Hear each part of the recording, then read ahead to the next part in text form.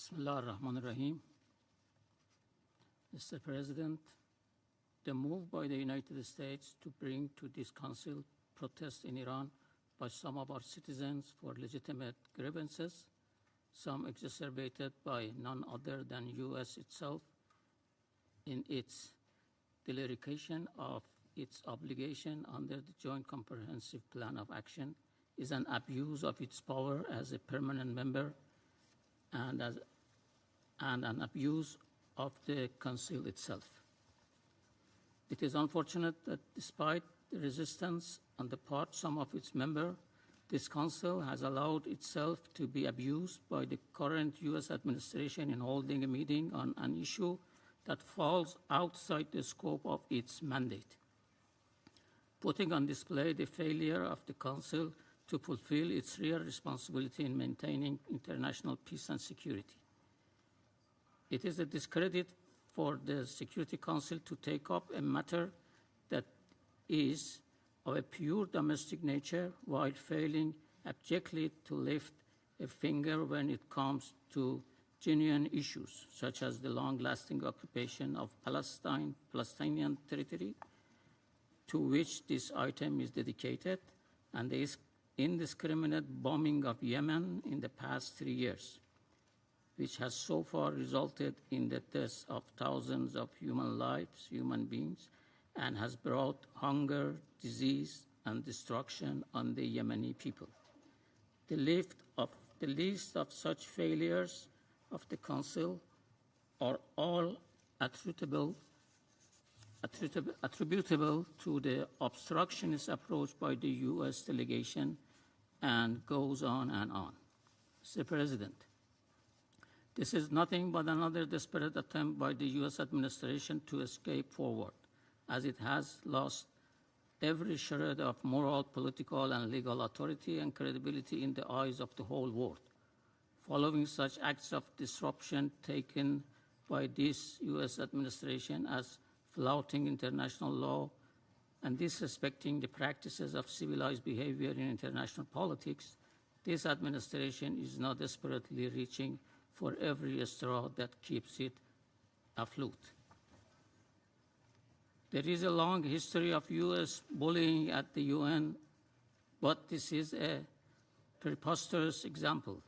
The purely internal affairs of a nation, in this case protests that the Iranian government has addressed with the utmost respect for the rights of the protesters and with every attempt to deal with peacefully, despite violent infiltrators and direct encouragement by foreign forces, including by the President of the United States, is not the subject of debate by the world's most important security organ.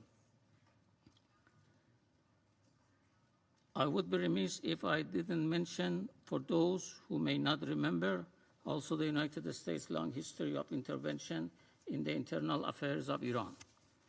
A continuous pattern of disruption in the course of the democratization process in Iran can be traced back to the coup staged by the U.S. against Iran's democratically elected prime minister in 1953.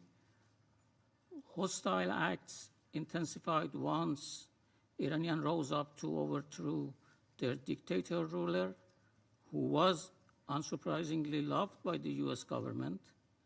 Since then, among others, the U.S. has backed attempted military coup and acts of sabotage in Iran, imposed illegal and inhuman unilateral sanctions against ordinary Iranians, unconditionally supported Saddam Hussein in his 8-year destructive war against Iranians, including by providing him with chemical weapons, and even directly engaged in military confrontation with Iran in defense of Saddam.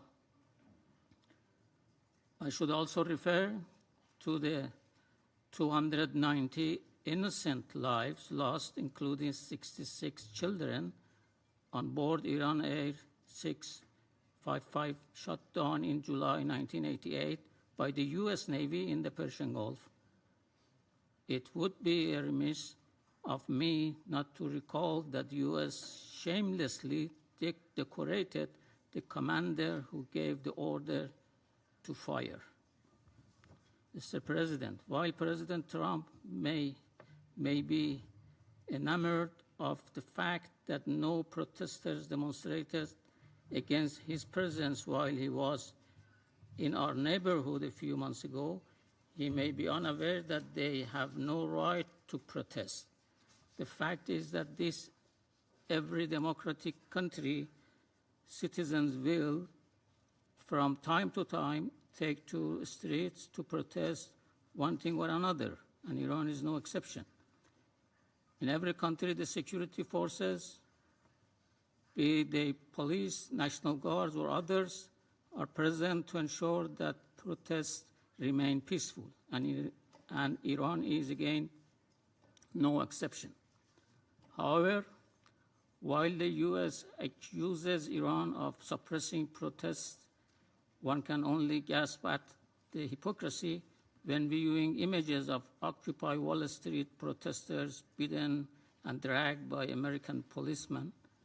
And to go back in time, when National Guardsmen fired on and killed peaceful student protesters at Kent State University, or to watching film of the protests outside the Democratic National Convention in Chicago in 1968.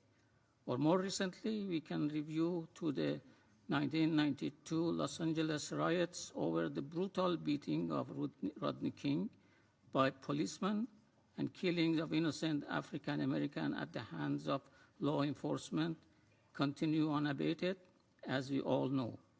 When the California Army National Guards, the 7th Infantry Division, and the 1st Marine Division were called in to restore order.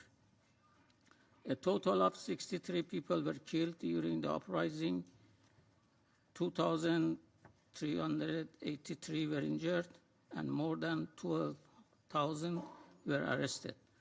I don't recall any member of the UN Security Council calling for debate on this issue when the U.S. military was involved in suppressing domestic unrest. Nor was there debate in 1993 when the FBI raided the Branch Davidian headquarters in Waco, Texas, after a 51-day standoff, killing 83 men, women, and children, the vast majority of whom were entirely innocent of any crime. It was behoove of U.S. ambassador, who perhaps was busy with other priorities at the time of their occurrence, to read up on these travesties of justice on American soil before condemning others for far less. But it is not just the U.S. that has an unenviable record in dealing with protesters. In 2005 in France, then Interior Minister Nicolas Sarkozy declared a zero-tolerance policy toward protests emanating from the deprived suburbs of Paris and other major French cities, referring to demonstrators, largely poor immigrants, as scum. With almost 3,000 arrests and several deaths, the unrest was only quelled to re-emerge in multiple other forms, more recently in 2017, when the police rape of a young French citizen of African origin once again triggered protests. I do not, however, recall the UN Security Council being summoned for debate on this. And in 2011, in the United Kingdom, the Home Secretary Theresa May utterly condemned the violence amid protests in her country, saying such disregard for public safety and property will not be tolerated. Meanwhile, Prime Minister David Cameron warned rioters, "You will feel the full force of the law, and if you are old enough to commit these crimes, you are old enough to face punishment." In the span of merely a few days, some 3,100 arrests were made, and with the authorities told that they could ignore existing sentencing guidelines, 2 young men who promoted riots via Facebook with the proposed disturbances not attended by any other people were handed 4-year sentences. I do not recall any country bringing any of these reactions to protests across the self-described civilized democracies to the attention of, let alone opening to debate at the United Nations Security Council.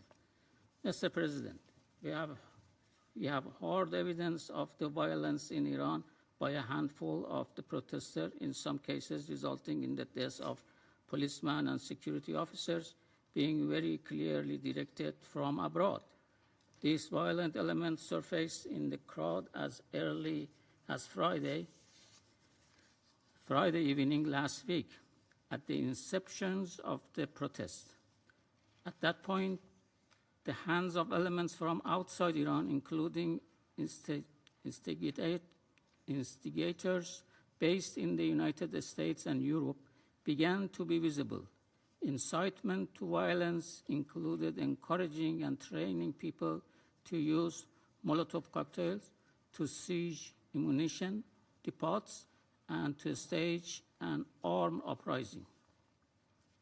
One U.S. resident took to social media to order the killing of 120 members of our security forces, threatening that those who will be included among the killed are their families too, in their homes. This same U.S. resident publicly stated to U.S. media with complete sense of impunity that they should burn down government mosques and police stations. It was clear enough to not just us, but also third parties that Telegram messengers executives decided to block some of the violent inciting channels, citing a line one shouldn't cross. All of this is also well documented in the mainstream media. In one case, a man with extensive criminal record captured a fire engine and ran it over a car, murdering the driver and his 12-year-old son. In some other cases, hooligans got involved and looted shops and banks. Altogether, the peaceful, legitimate protests, which my government emphatically confirmed are a constitutional right which has been respected since the Islamic Revolution, were abused and hijacked to stage vandalism, hooliganism, and in several cases, the firing of weapons. President Trump and some other U.S. politicians have joined ISIS and its patrons in our region to openly incite and encourage violence.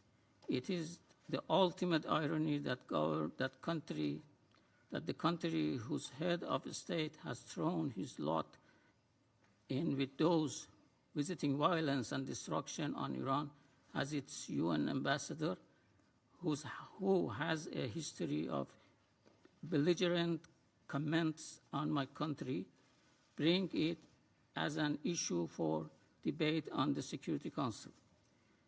If anything, it is Iran that should be demanding a debate and investigation into how and why foreign elements with impunity are allowed to encourage and support unrest and violence in another sovereign and founding member of the United Nations. For example, let's debate why the United States has failed, in spite of repeated official requests, to stop the incitement to violence and murder of innocent civilians from its territory, or why some European countries continue to provide safe haven to terrorists who are inciting violence and armed rioting as we speak, why social media sites that promote and teach the use of Molotov cocktail and boast about people using arms to kill in Iran operate freely in their territory in spite clear evidence. There are the real issues that need to be addressed. Distinguished members, To make this farce into something more than a mere waste of time, let us discuss something else that this Council has not, but should deal with. The free flow of information has brought with it the spread of fake news and other forms of information war. These threats are common to all free and sovereign nations. We are not alone in finding it necessary to formulate solutions to these challenges. Recently, French President Macron also lauded efforts to increase transparency about the ownership of websites, including their foreign funding, further empowerment of government agencies to fight against any attempt to destabilization by TV station, control or influence by foreign states, and also suggested countering social media channels used as propaganda by introducing laws to disclose the source of funding for particularly sponsored content. These measures are not needed to simply fight back against fake news, rioters, and electoral interference, but more ominously in the fight against terrorists, including ISIS. This fight, distinguished members and colleagues, is not zero-sum. We will either win together or lose together. Thank you, Mr. President.